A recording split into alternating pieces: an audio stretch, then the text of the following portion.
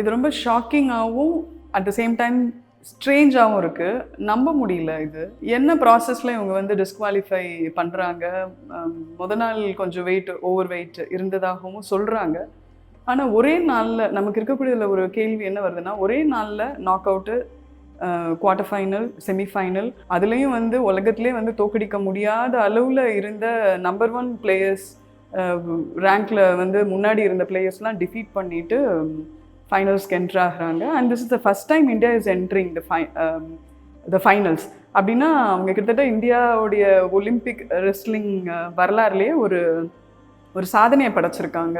So கண்டிப்பாக ஜெயிச்சிருவாங்க அப்படின்னு வந்து உலகம் முழுக்க, இந்தியா முழுக்க எதிர்பார்த்துட்டு இருக்கும்போது ஒரு 100 கிராம்ஸ் ஓவர் வெயிட்டில் இவங்க டிஸ்குவாலிஃபை ஆகிட்டாங்கன்னு சொல்கிறது வந்து ஏற்றுக்க முடியல. ரொம்ப டஃப்பாக தான் இருக்குது டு டைஜஸ்ட்.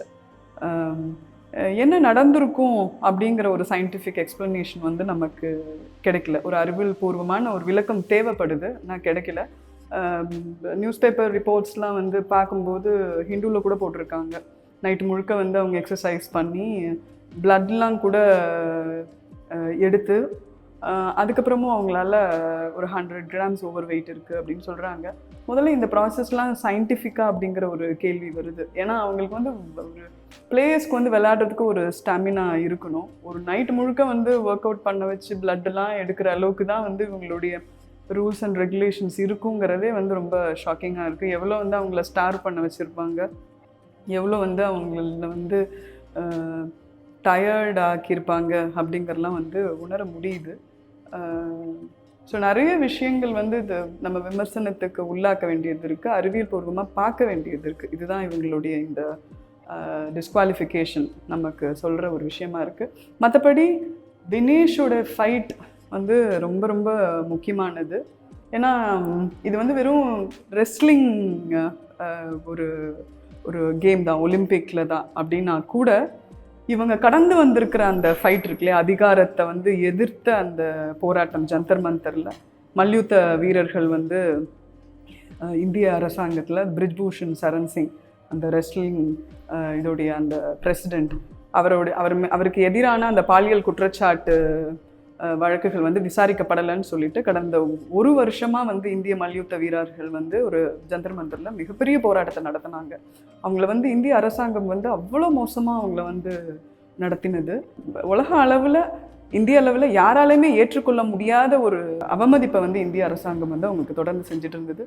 இப்போ இந்த ஒலிம்பிக் குவாலிஃபிகேஷனில் கூட 53 வெயிட் கேட்டகரியில் அவங்களால கம்ப்ளீட் பண்ண முடியாமல் வெயிட்லாம் குறைச்சி 50 கேட்டகரியில் வந்து என்ட்ரு ஆனாங்க அப்படின்னு சொல்லப்படுது. பின்னணியில் ஏதாச்சும் ஃபவுல் பிளே இருக்குமா அப்படின்னு வந்து கெஸ் பண்ண முடியல. பட் எதுவாக இருந்தாலும் ரொம்ப ப்ராப்பராக ஒரு முறையாக இன்வெஸ்டிகேட் பண்ணி நியாயம் கிடைக்கணும் அப்படிங்கிறது தான் வந்து என்னுடைய எதிர்பார்ப்பாக இருக்குது. இன்னொரு ரொம்ப விந்தையான ஒரு விஷயம், பிரைம் மினிஸ்டர் ஆஃப் இந்தியா இவங்க செமிஃபைனலில் வந்து ஒரு மிக பிரம்மாண்டமான ஒரு வெற்றியை வந்து தொட்டுட்டு ஃபைனலுக்கு போக போகிறாங்க. இந்தியாவே வந்து அவங்க கோல்டு மெடல் வாங்கும்னு எதிர்பார்க்குறாங்க. ஒரு பிரைம் மினிஸ்டர் கிட்டேருந்து ஒரு அஃபிஷியலான ஒரு கங்க்ராச்சுலேட்டரி மெசேஜ் வரலை, அவங்க ஃபோன் பண்ணியும் பேசலை. ஆனால் அவங்க டிஸ்குவாலிஃபை ஆன பிறகு நீங்கள் வந்து ஒரு ரெசிலியன்ஸோடைய சிம்பிள் அப்படின்லாம் சொல்லி உடனே வந்து பிரைம் மினிஸ்டர்கிட்டேருந்து ட்வீட் வருது. இந்திய மக்களுக்கு ஒரு விஷயம் வந்து தெளிவாக தெரியும், பிரிஜ்பூஷன் சரண் சிங் மாதிரியான ஒரு ஆளை பாஜக வந்து கைவிட்டுடாமல், ஆனால் வந்து இந்தியாவுக்கு தங்கப்பதக்கம் வாங்கி கொடுத்த வீரர்களை அலக்கழிச்ச ஒரு கவர்மெண்ட் இந்த கவர்மெண்ட். மோடியோடைய இந்த அரசாங்கம் விளையாட்டு வீரர்களுக்கும் சரி, மக்களுக்கும் சரி தொடர்ந்து வழங்கி கொண்டிருக்கிற அநியாயங்களை வந்து இந்த இந்திய மக்கள் பார்த்துட்டு சும்மா இருக்க மாட்டாங்க. மக்களை பொறுத்த வரைக்கும் வினேஷ் போகாத் வந்து ஒரு சாதனையாளர். அவங்களுடைய அந்த குவார்ட்டர் ஃபைனல், செமிஃபைனல்ஸ், அதுக்கு முன்னாடி உள்ள நாக் அவுட் கேம்ஸ்லாம் வந்து ஸ்பெக்டாக்குலர். மக்களால் வந்து அவங்களுடைய வெற்றியை வந்து மறக்கவே முடியாது. அவங்க எப்பவுமே மக்கள் மனசில் என்றென்றும் கோல்டு மெடல் பெற்றவங்க தான்.